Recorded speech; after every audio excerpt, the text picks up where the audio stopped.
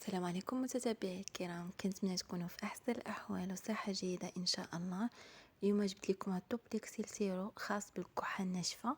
بما اننا دابا في وقيته البرد اغلبيه الناس عندهم مشكل كحبه ونزلات البرد، فهاد التوبليكسيل كيعالج لينا الكحبه الناشفه اللي كتكون مصاحبه بالبلغم، كذلك الكحبه الناشفه اللي كتكون مصاحبه بنزلات البرد كالصداع النصفي وارتفاع درجه الحراره والام الجسم، لانه كيحتوي على باراسيتامول.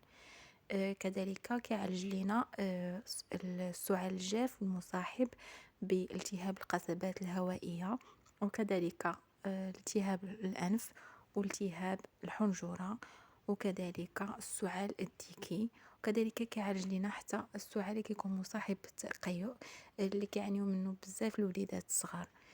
شكون يقدر ياخد توبليكسيل؟ نقدروا نعطيو الوليدات الصغار ابتداء من 2 فما فوق، نعطيو لهم 2 مرات حتى 3 المرات في النهار. بالنسبه للوليدات اللي عندهم 4 سنين فما فوق نقدروا نعطيوهم 3 المرات حتى 4 المرات في اليوم. اما بالنسبه للناس البالغين فيقدروا ياخذوا 3 المرات حتى 4 المرات في اليوم. شكون اللي ما يقدرش ياخذ توبليكسيل؟ ما نعطيوش الناس اللي عندهم داء السكري لانه حلو بزاف عليهم، الناس اللي عندهم الضغط الدموي والمرأة الحامل وكذلك المرأة المرضع.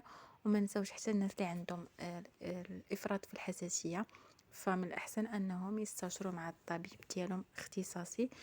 إن شاء الله كنتمنى أنكم تكونوا استفدتوا معايا، وكنتمنى لكم إن شاء الله الصحة الدائمة ودمتم بخير، وإلى اللقاء إن شاء الله في فيديو جديد.